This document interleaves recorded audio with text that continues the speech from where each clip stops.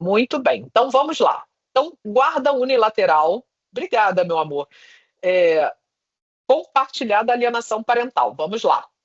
Então, rapidinho, né, para a gente falar sobre isso. A gente já falou um pouco sobre guarda unilateral e compartilhada. Então, 1583, guarda unilateral é atribuída a um só dos genitores e guarda compartilhada a responsabilização conjunta e o exercício dos direitos e deveres do pai e da mãe que não vivam sob o mesmo teto.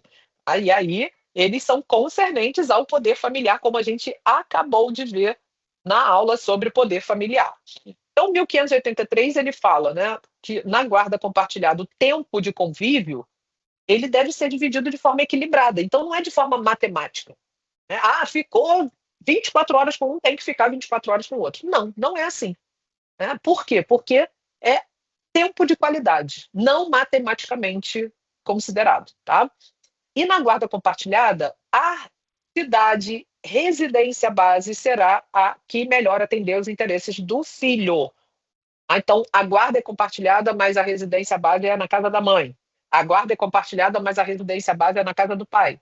Então, isso é que nós vamos verificar durante a ação. Então, as ações de guarda que eu faço, geralmente a residência base é na casa da mãe e o pai exerce a guarda compartilhada.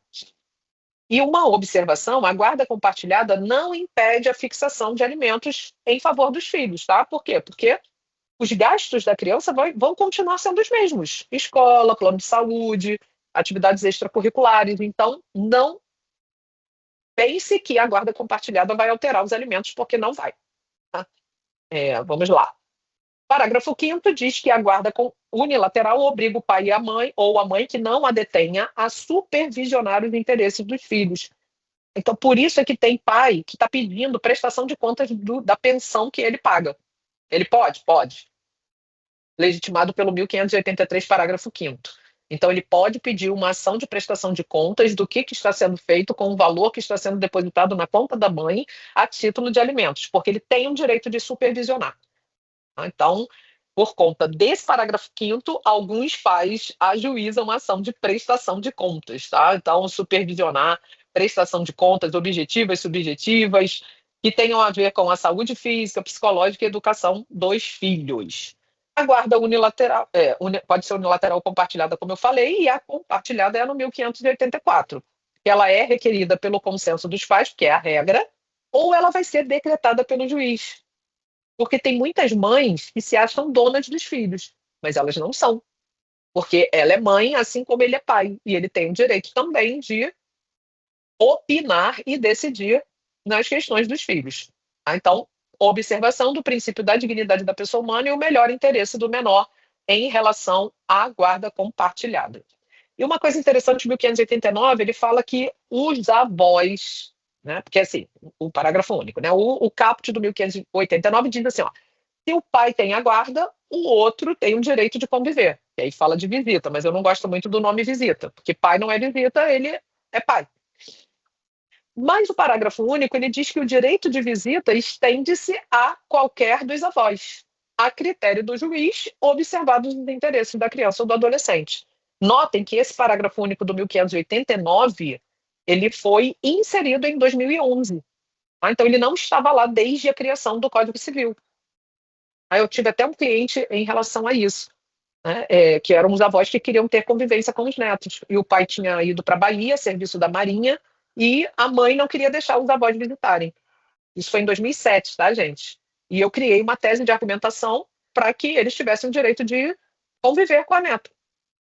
E eu consegui êxito nessa ação.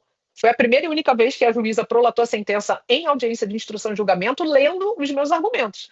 Então, os meus argumentos serviram de base para ela prolatar a sentença. E a secretária digitando tudo. Hoje em dia a gente não tem mais isso, né? Mas isso foi uma vitória muito grande. Por quê? Porque isso não estava na lei. Por isso que a gente tem que ser ousado e intrépido e pedir aquilo que, mesmo que não esteja na lei, a gente tem esse direito. E aí eu consegui, e em 2011 entrou para o Código Civil, porque esse parágrafo único do 1589 foi adicionado em 2011. Então, por isso é que a gente precisa inovar, criar jurisprudências para que as leis sejam mudadas. Professora, quando o filho é PCD, alguma observação relativa a isso? Aí tem os cuidados de PCD e se o outro dos pais vai ter condições de cuidar desse filho PCD. Então, tudo isso tem que ser verificado, porque o filho que é portador de uma deficiência, ele merece cuidados e, por conta disso, precisamos verificar com mais cuidado por conta dessa vulnerabilidade, tá? Então, aí, o pai pode ter uma limitação em relação à guarda compartilhada. E a alienação parental, como eu falei para vocês, a Lei 12.318 de 2010, o artigo 2º fala sobre o conceito de alienação parental, que é ato de alienação parental, a interferência na formação psicológica da criança, promovida ou induzida por um dos genitores, pelos avós, ou pelos que tenham a criança ou adolescente sob a sua autoridade, guarda ou vigilância, para que repudie genitor ou que cause prejuízo ao estabelecimento ou a manutenção de vínculos com este. Gente, isso acontece muito, né? A mãe fala mal do pai, o pai fala mal da mãe, repudia, impede a convivência. Então, isso é muito complicado. Eu até coloquei aqui, ó, papai e mamãe, eu não tenho culpa da sua separação. Não me use como uma arma nessa briga. Né? Então, isso é muito complicado, gente, porque pai e mãe são vínculos perpétuos. Então, a gente tem que ter muito cuidado com isso, né? E as crianças sofrem demais. E o que, que é, né, a alienação parental? Então, o parágrafo único ele vai trazer realizar a campanha de desqualificação da conduta do genitor, dificultar o exercício da autoridade parental, dificultar contato da criança ou adolescente com o genitor. Já viram aquele caso assim que o pai liga e a mãe fala: tá dormindo, tá na casa do amigo, tá fazendo trabalho, tá não sei o quê. Nunca deixa o pai falar com o filho. Então, isso é dificultar o contato, dificultar o exercício do direito regulamentado da convivência, omitir informações relevantes, apresentar falsa denúncia, isso é grave, né? Apresentar falsa denúncia contra o genitor. E tem gente que denuncia de abuso sexual, gente. Que é absurdo, né? Denunciação caluniosa aí, é outro crime.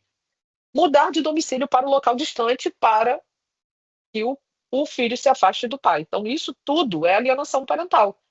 E as sanções estão no artigo 6º.